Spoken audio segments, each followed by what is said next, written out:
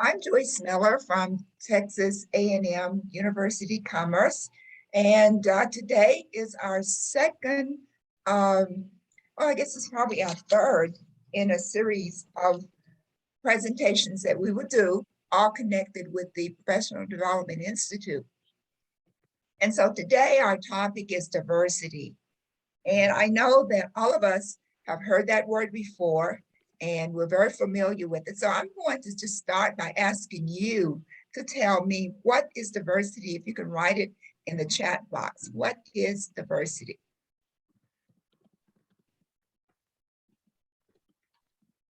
And Martina is going to translate for us. Those of you who are in English, write yours in English. What is diversity? It's a big question. Big question, yes. Everybody will have give their own take.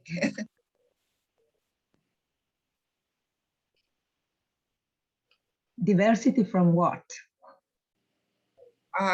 Just diversity, whatever comes to your mind about diversity. That's what we want to hear.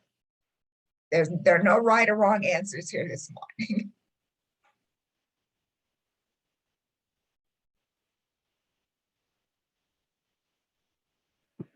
We have one answer in the chat, and Roberta say that it is who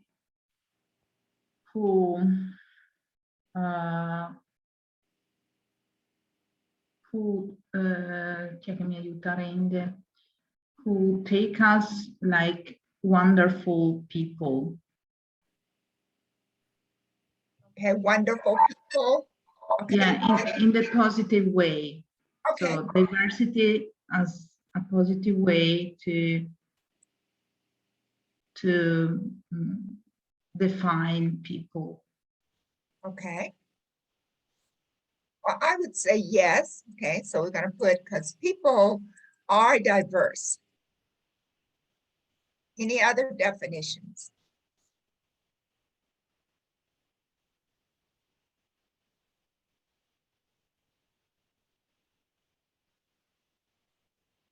I know I'm going to call on Courtney. I don't know if she can speak, if she's in her classroom or what. Courtney, can you speak?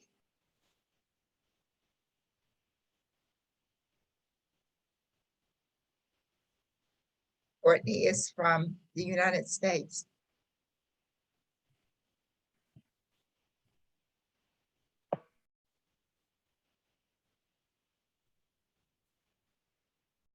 Okay.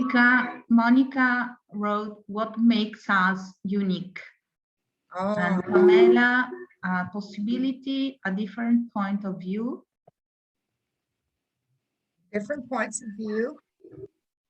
Watching from a different perspective, from Deborah.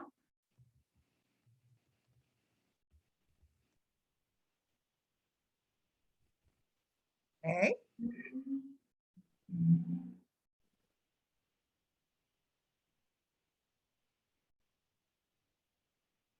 Anybody else? Qualcun altro? Differences in students, family, and education backgrounds. Okay. Trying to show my differences in family and educational background. Okay. Yes.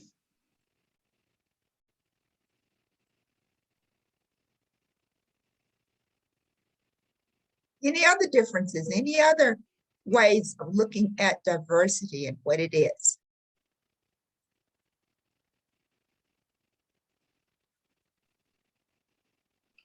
It could be a cultural identity.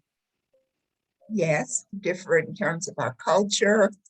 Just going to put that down here. So, cultural differences. People differences. Viewpoints. Differences in viewpoints. Different perspectives.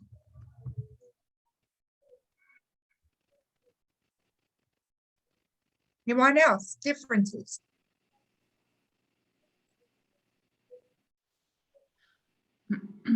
We have from Ilenia is like a social construct, a mental construct.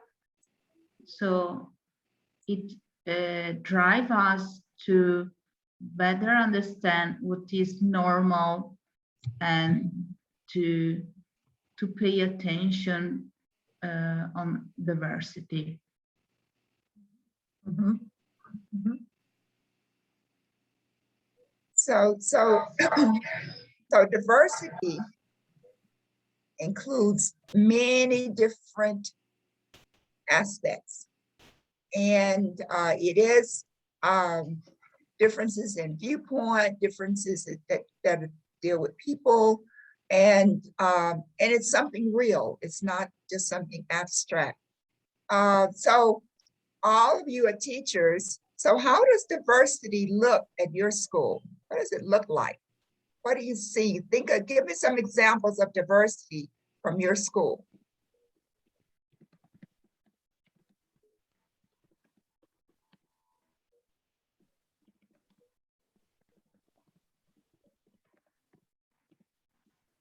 And Martina, if you can translate for me. Yeah.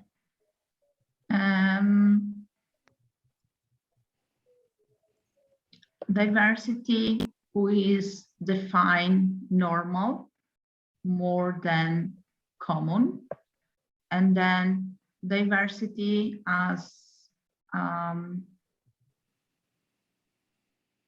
reach more than a problem. Okay.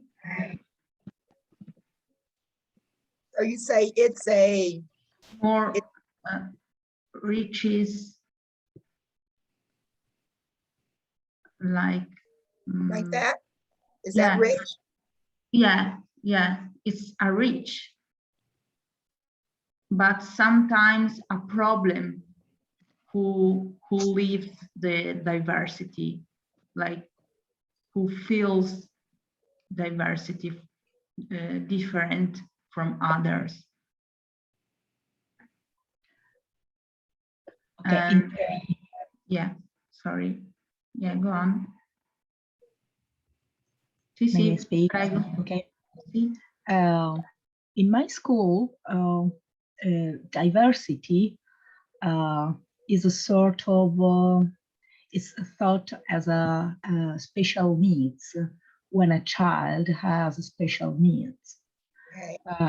And so we try to identify as a child that needs special care.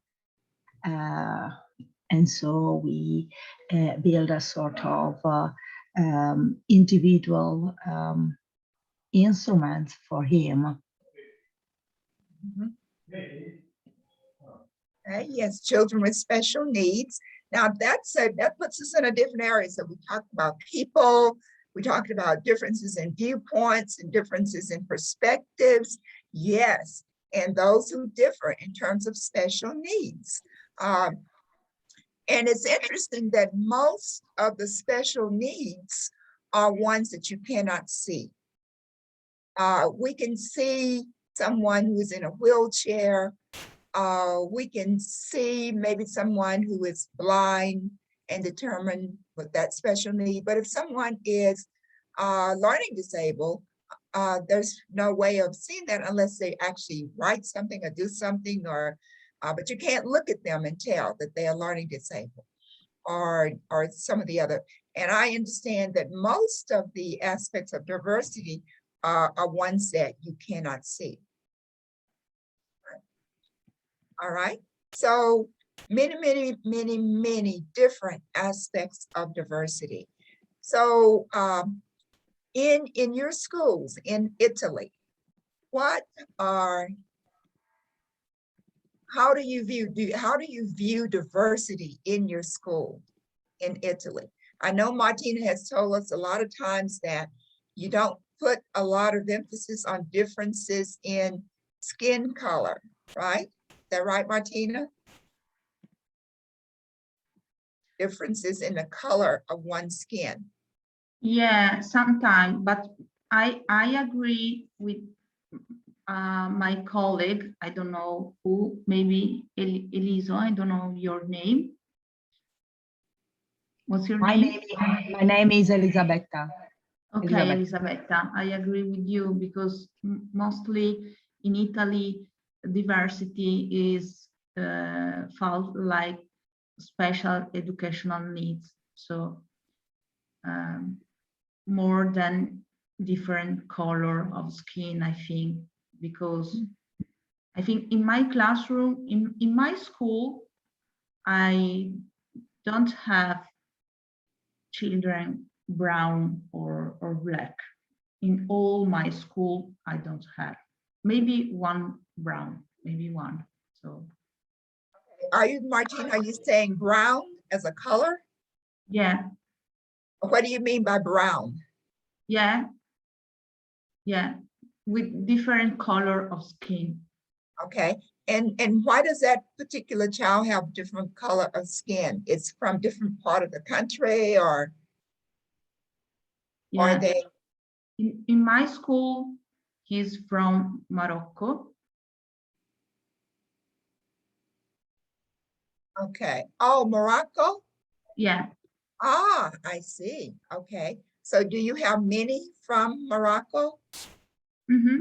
Yeah. In my school, not many, but Yeah. maybe one or two. Yeah. Okay. For most of the children in your school, in terms of skin color, or look more like you, is that right? In terms of skin tone?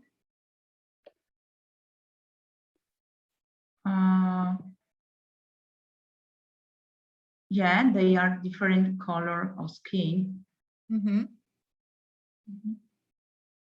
And sometimes, even though in your country that difference in skin tone may not be viewed as a negative, but sometimes differences are viewed as a negative, especially when kids want to say things ugly to each other. When I grew up, my dad in our home never allowed us to call each other Black. And especially, sometimes in my culture, when kids get angry with each other, upset with each other, they are likely to call each other names.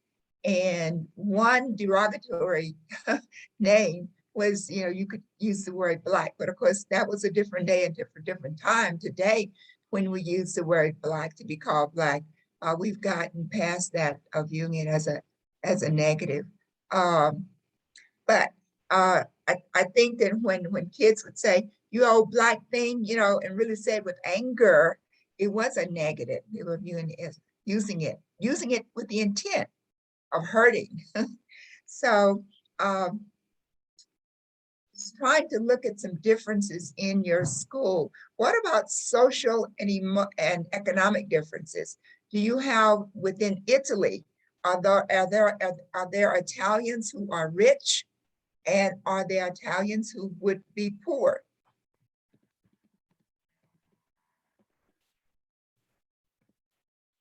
Are there rich children? Do you all talk in your schools about those kids who are rich, are from money, and those kids who are poor, those who have less than others?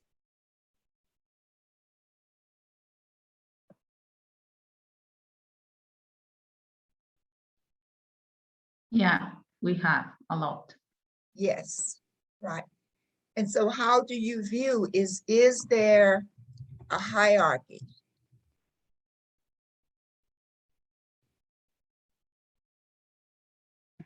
With those who are poor on the bottom and those who are rich on the top?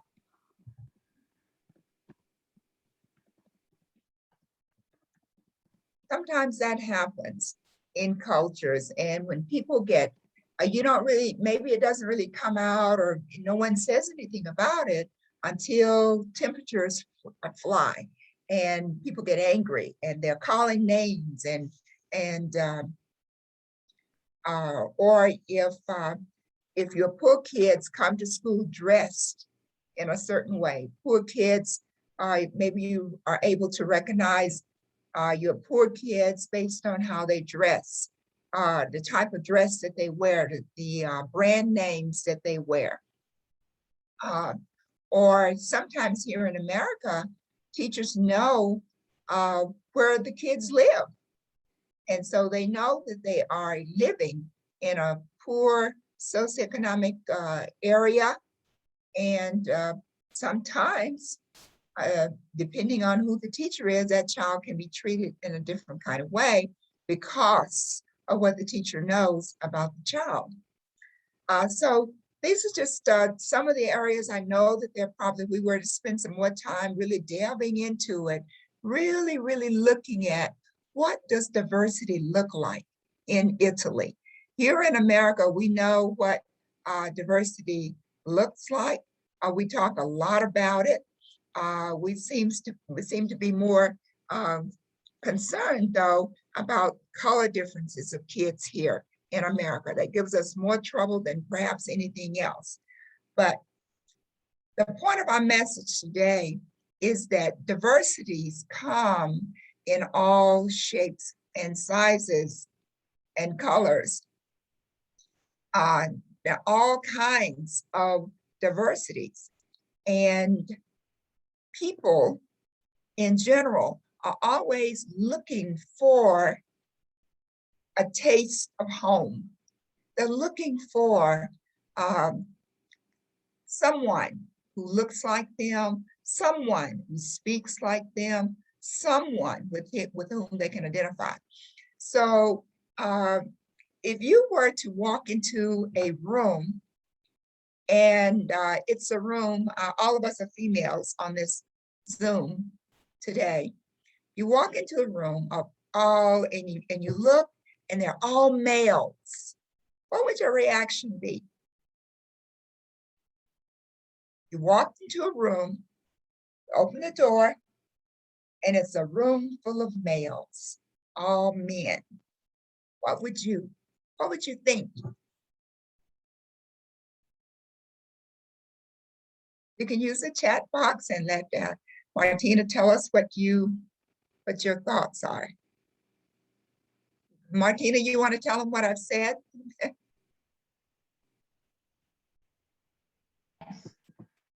Yes.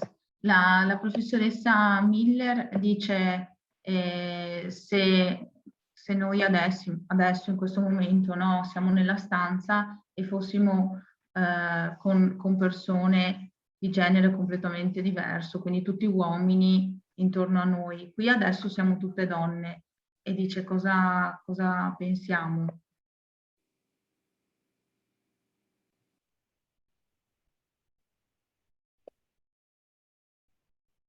Sempre in ottica di diversità. Okay, we have one answer. So maybe Pamela asked herself if she is in the right place. Because Yes. From Deborah, I will be embarrassed. Yes. Okay. Yes, that's the first thing I thought about. Open that door and all men, I would think, am I in the right place? Because immediately, why do you say that? Because you see the differences, right? You see the differences. And that's the thing that causes you to feel embarrassed or to feel that you're in the wrong place. Now, we have many educators in America, and I don't know if this is true for Italy, but in America, a lot of our teachers take pride in saying, I don't see differences in kids.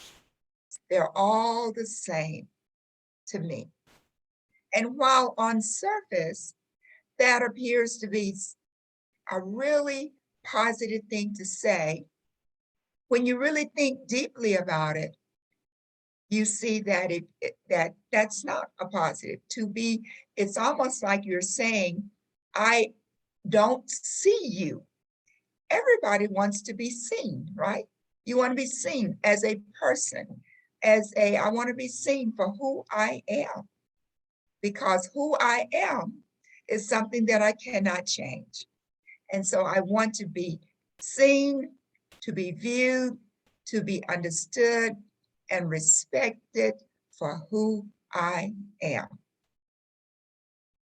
And so the diversities, the differences among our students, among educators, that those observable differences that we've talked about, whether they be socioeconomic differences or differences in race, differences in ethnicity, differences in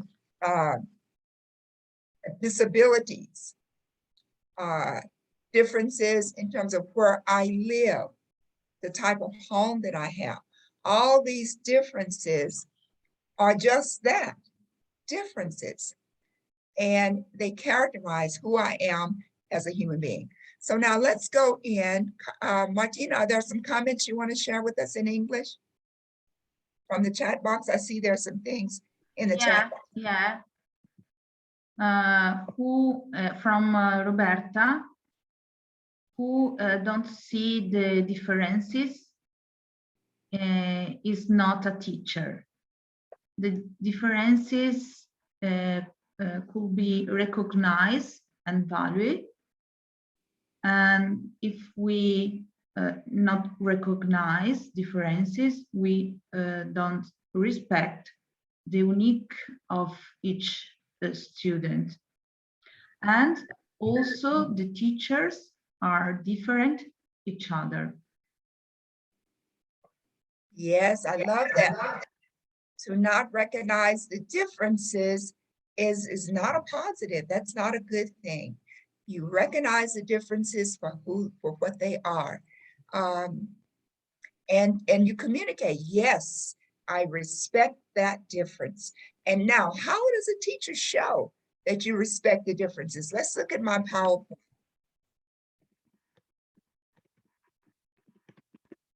Okay.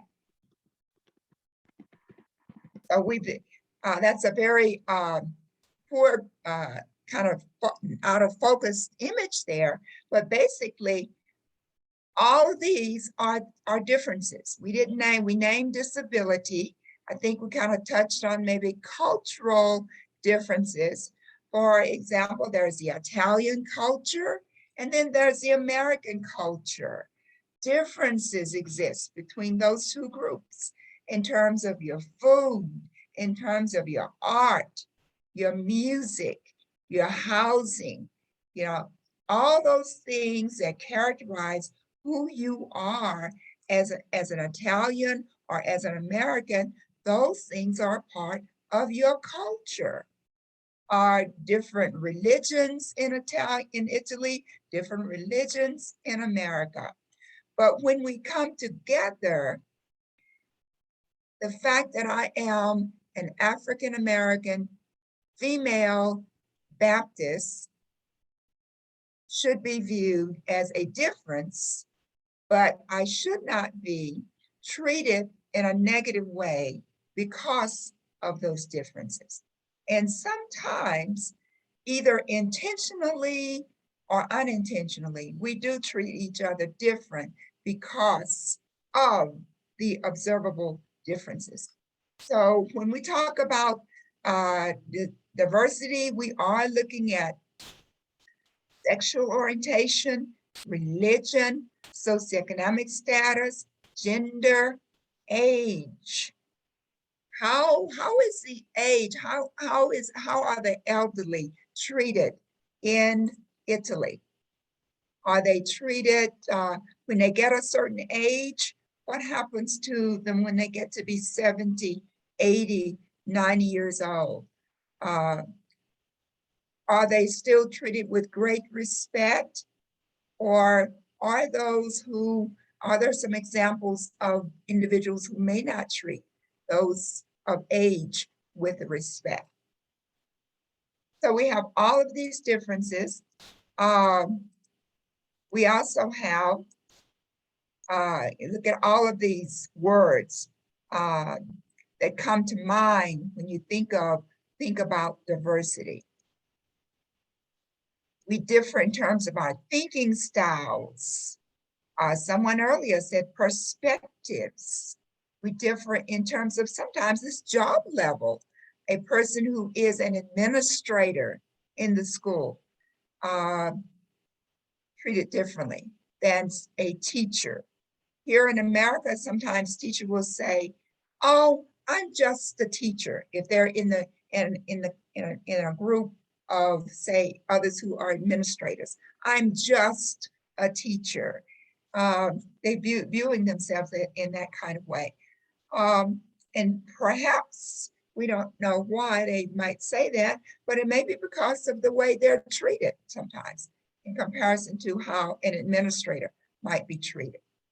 Other, I think, military experiences, the military kids who are coming to our schools, but whose mom or dad may be in the military. We may treat them in a different kind of way. I know my husband used to talk about kids who were, families who were, whose father or mother were commissioned officers, were sometimes treated differently than kids who from homes where the mom or dad might be a non-commissioned officer. So there's a socioeconomic status type difference there. And he talked about sometimes the housing of the commissioned officers as opposed to housing for non-commissioned officers. So geographic location, how one dresses, even sometimes how one speaks, says communication style is a part of diversity. So what are we as teachers to do with this issue of diversity? First of all, we need to recognize that it is real and it's not something abstract. It is real in terms of differences, and that differences exist in all cultures, in all schools. But we need to work as teachers, as educators, on helping our students view those differences not as negatives, but as positives. So when it comes to teaching, and we are getting ready to say to plan a lesson that we're going to teach, we need to plan that lesson with diversity in mind. Look out upon your class, think about your class, and think about those kids who are from Morocco. Think about those kids whose skin may be a little darker than others. Think about those kids who may speak a little bit different language than others. Think about those kids who may be at a different socioeconomic level than other kids that are in the school. And so consider those kids and consider how you might reflect who those kids are in your curriculum. So you want to take a look at how can I be inclusive of this child who is in my classroom, who is in a wheelchair, or who walks on crutches, or who has a hearing disability, or who has a speech disability. How can I help these children develop positive perceptions of themselves, even as I go about teaching them every day? And so we want to be diversity minded as we develop our lesson plans, as we develop our curriculum. We also want to be thoughtful about how we teach. What kinds of teaching strategies may be more appropriate for some kids than others? And we know that we want to differentiate in order to meet the learning needs of all of our kids. And so we want to, for that child who is blind, or for that child who has a hearing problem, is thinking about the area of disability, we want to recognize and keep those disabilities in mind as we go about planning our lesson. Well, the same thing needs to be done as we think about the little children from Morocco who are in our classes, or those kids in America, Hispanic kids, or Black kids who might be in our classes. We want to make sure that we are reading stories about other kids who may have hearing problems, or other kids who may have visual problems, who may have speech problems, other kids of different colors, skin tone needs to be read about, stories about kids who are look like and the reflection of what your classroom is. So we want to be, as teachers, aware. We want to be open-minded. We want to use collaborative conversation and language as we are inclusive of all of our kids who are in our classroom. Be mindful of what we are teaching and who we are teaching. Asking yourself, whose voice is missing? You don't want any voices missing from your lesson. So after you've written that lesson plan, ask yourself, whose voices are missing? How can I include those missing voices from my lesson plan? And so as we develop our lesson plans, as we develop and get ready and prepare ourselves for teaching, we want to, and for the school, and thinking about issues of diversity, you want to think about what's going on in my classroom. How am I reflecting positive images of diversity? What kinds of resource materials am I using? What kinds of media and films am I showing? Are all of my instructional resources and films that I'm showing, or things that I have on my bulletin boards, are reflecting kids of a particular color? Do I have kids who may look like a kid from Morocco? Do I have kids on my bulletin boards in the pictures and in the videos that I show, reflecting kids who are in wheelchairs or who are blind?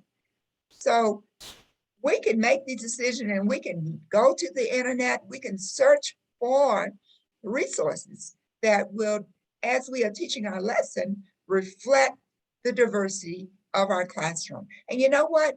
Even if those diversities are not present in your classroom, you still need to, in an effort to prepare your kids for global environment, because they may not live their whole lives right there in Italy, or they may not live their whole lives in some little American city.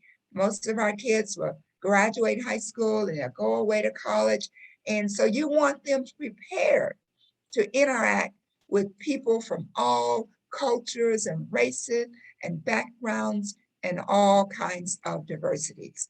You don't want them to be afraid of someone who's in a wheelchair, or afraid of someone who is blind with the dark glasses on and using a stick to move about from one area to the other. So as teachers, to help our total school environment, we want to be concerned about diversity as it appears throughout our school. As you walk into the building and you look to see who's working in the principal's office, who is the secretary, who are they, from what are diversities reflected there, or they do appear to be from one homogeneous background. That's an issue that would perhaps need to be addressed. It's because you're working for diversity.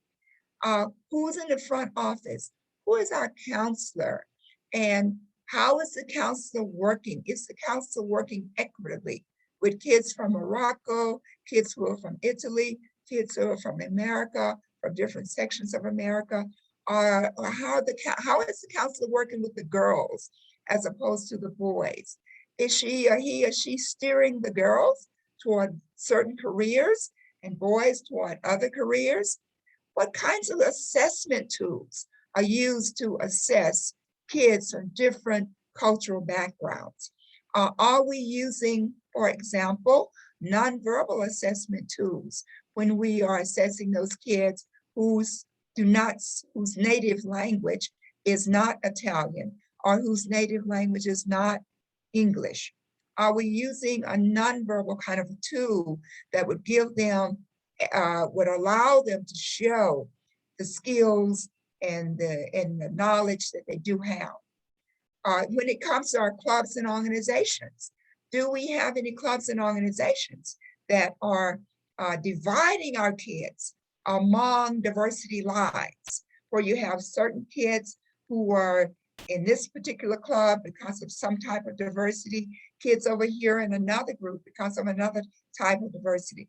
You want to erase those lines of differences and bring them together because of their diversities and because of their similarities. Look at what's in the library and what kinds of books are being ordered. If the little Moroccan kids goes to the library, is he likely to see any books that are about his culture and his people? In the cafeteria, what kinds of foods are being prepared? Does the cafeteria have respect for the diversities that are represented throughout the school? The custodial staff, who are the custodians? And do we have custodians who are disabled? Do we have custodians who are from different socioeconomic groups? Do we have custodians who are both men and women? Are all of our custodians males? And so what we're trying to do here is to think about how diversity reflects itself in our school environment, and then how we can make sure that every member of our school environment is viewed in a positive kind of way. And so you don't do that by ignoring it, by never addressing it, by never reading any stories about kids from diverse cultures. You do that by reading stories from kids who are from diverse cultures, by asking the principal about, let's hire someone for our office staff who is from, if we got all men in there, what about some women added to that office staff? If we have all Italians in that office, what about some people who are from the Moroccan culture or from other different culture? So we want to be very mindful, this bottom lower right-hand corner here, box, attitudes of the teacher. What are the attitudes of the students and what are the attitudes of the staff members toward people from different cultures?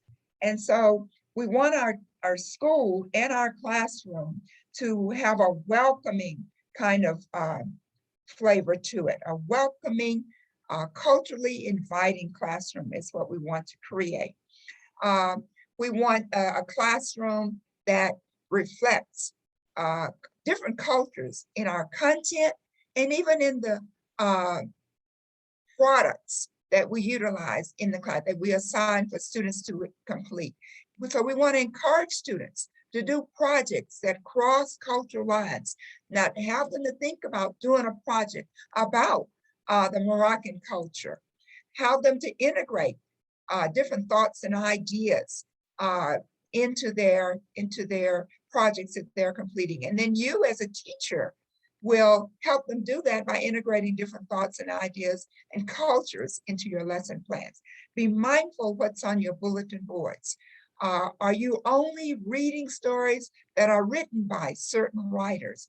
Are you only displaying art written by artists from your particular culture?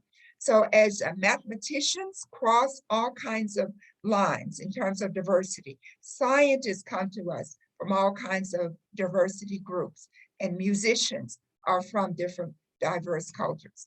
And so we want to work on that, be diversity minded as we develop our lesson plans, as we decide what we're going to teach, how we're going to teach, and who we are teaching.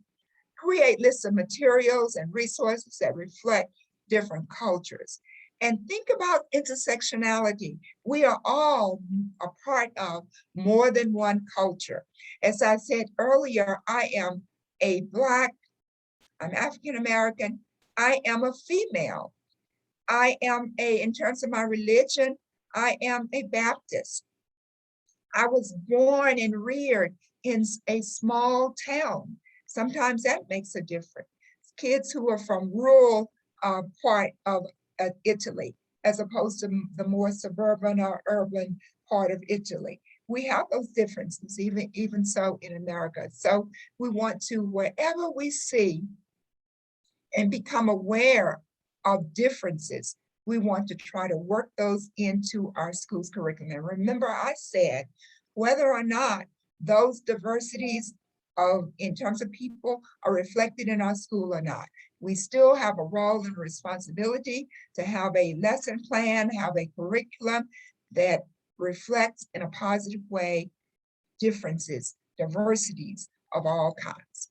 So we want to, and the way we can do this is to be trained, and many of you here today seeking training so that you can become more culturally competent. And it's an ongoing kind of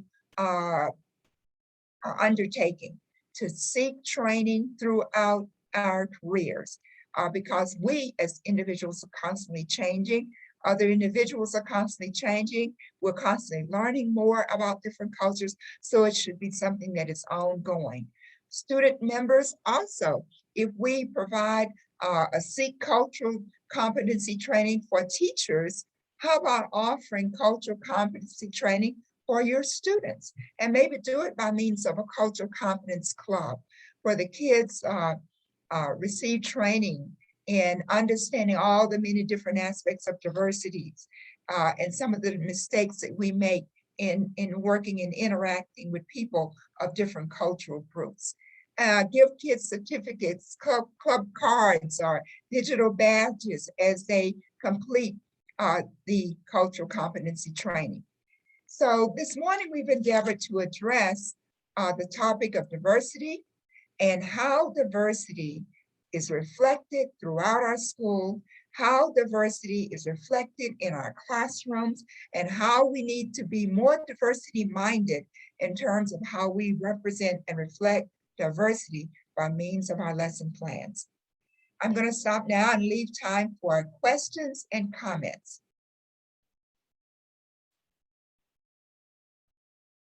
Martina, you want to ask them if they have any questions or comments, or if you want to, you can summarize any of the things that I've said so far.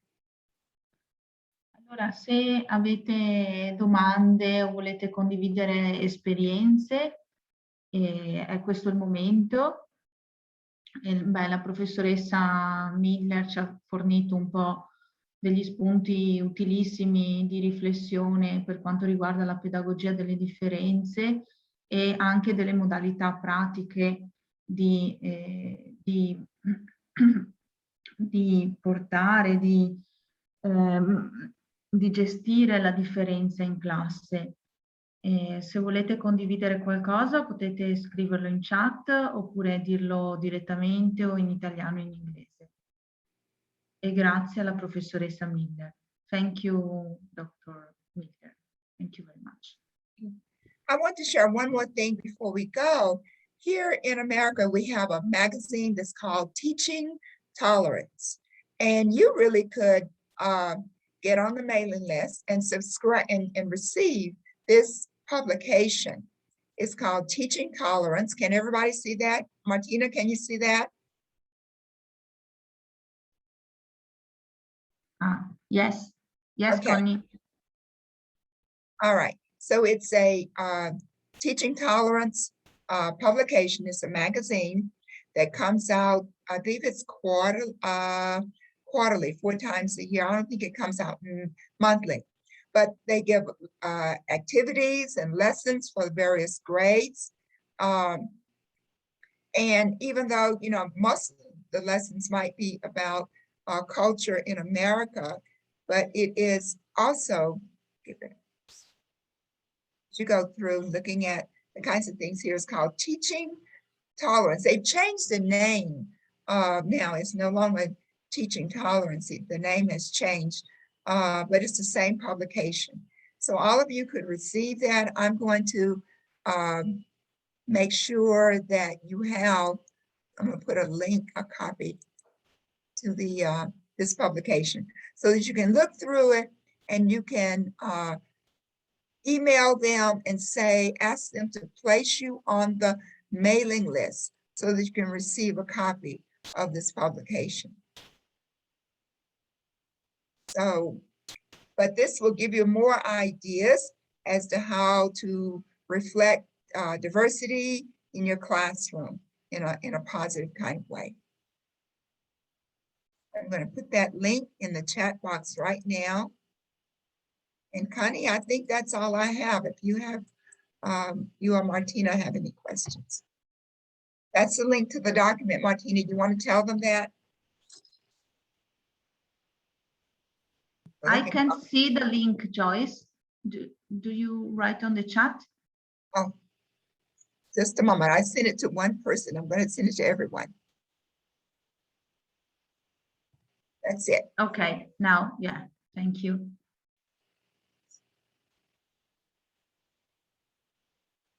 So could you tell them that if they'd like to receive this publication, they can get the email address that's in this publication and write and ask them to be placed on the mailing list. Sì, se volete andare in questo sito che suggerisce la professoressa Miller e potete inserire la vostra mail e poi vi arriveranno delle copie, insomma vi tenete in contatto con questa rivista, molto utile e molto interessante per insegnare la tolleranza in classe, e ci sono anche delle attività già pronte da fare con i bambini o con i ragazzi, suddivise per livello d'età.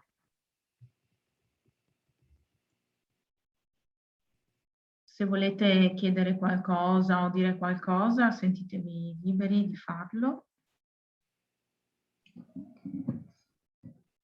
Intanto vorrei ringraziare, sono Elisabetta, vorrei ringraziare la professoressa Joyce Miller per il suo contributo e dire che qui la scuola in Italia fa dell'abbattimento delle differenze la sua principale missione, the main mission.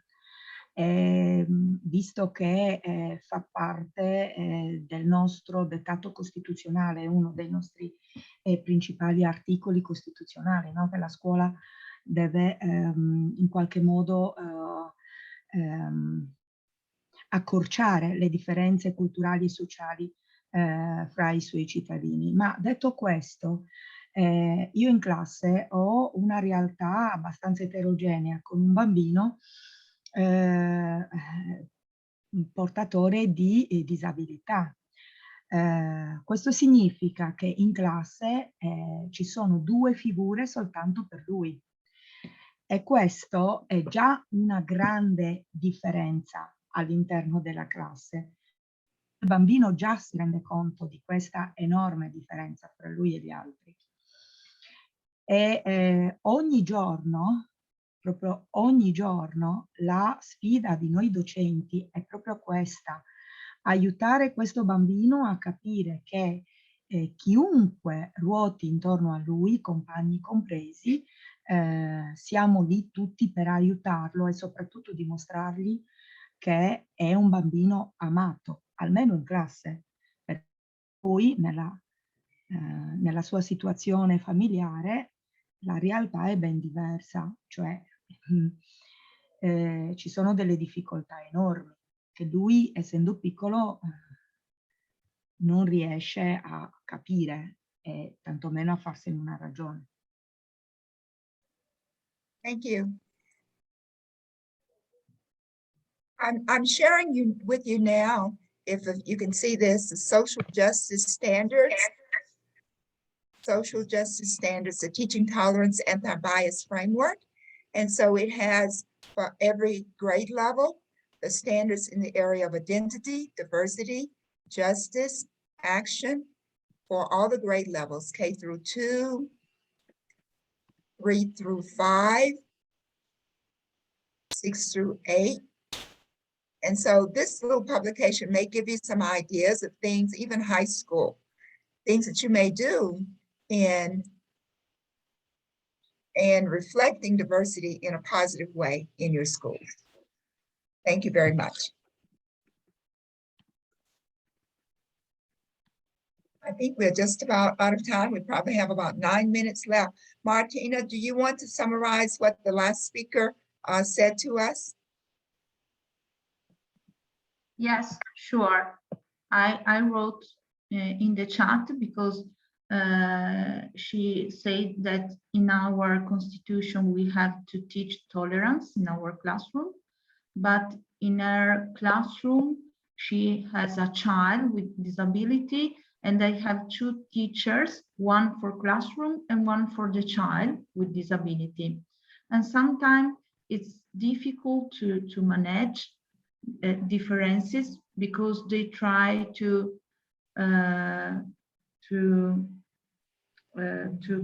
welcome the child with disability and try to avoid to stigmatize child with disability. Mhm, mhm. So I think sometimes when we ignore, we don't ever talk about the child's disability, or we don't ever talk about the differences that are in the classroom. You know, sometimes kids view that as a negative. They're not brought into the classroom. That, you know, so it's okay to talk about the differences. If we can just get to that point, it's not a negative. Recognizing my difference is okay. It's a positive. Thank you for that. Any other questions or comments before we close? Yes, maybe we have last one from Pamela. Oh, can you hear me? Yes. Okay. If we, Pamela wrote that if we work very well on diversity, on the how is important diversity, the students ask the different point of view from other classmates. And in her class, she used to speak about differences and to ask different point from classmates. Okay, and this is like a way to enrich activity. Yes, those are very good strategies. Let her know that, Martina, that I said that those are very good strategies. Ok, la prof dice che è una buona strategia, queste sono buone strategie. Caterina, yes? Sì, Martina, io però se lo dico in italiano era un po' lungo scriverlo. Mi senti?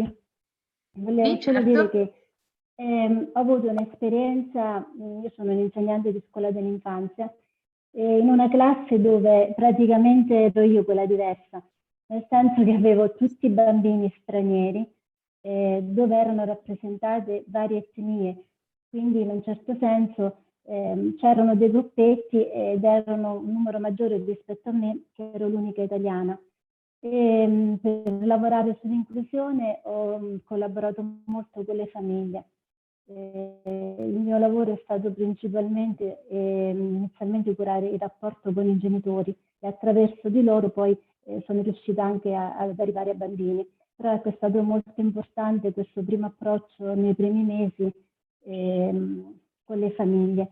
Poi erano qualcuno capiva un po' di italiano, ma la maggior parte non parlava, non lo capiva assolutamente, però nel tempo abbiamo reciprocamente imparato a comunicare in modi diversi, quindi lì proprio ho dovuto diversificare, insieme ovviamente alla mia collega, veramente tutto il lavoro. Però ecco, ci tenevo a sottolineare questa cosa del rapporto con i genitori. Grazie. Okay, thank you very much, Caterina. Grazie, Caterina. She highlighted the relationship with parents because for her it's so important to involve, to engage parents in the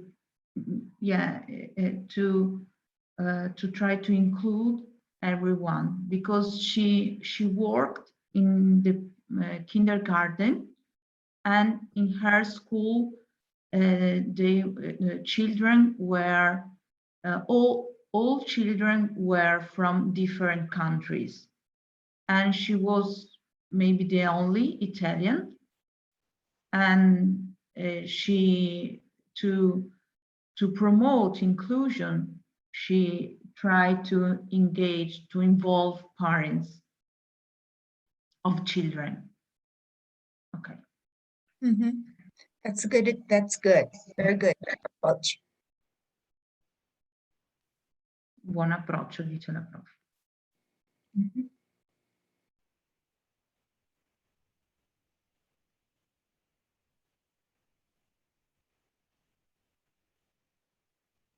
All right, I think we only have about 3 minutes left. There aren't any other questions or comments. Connie, do we need to close? Well, thank you everyone for joining us today. And we look forward to another session next Tuesday with Tony, and we will start our section on type 2 and inclusion in the week 2. But also we will be enrolling you, those of you who plan to work with students will be enrolling you if you've completed the consent and the student consents in the enrollment in Brazzolotto learning system next week. So I wish you a very good weekend, and thank you for joining us today. Bye-bye. Thank you.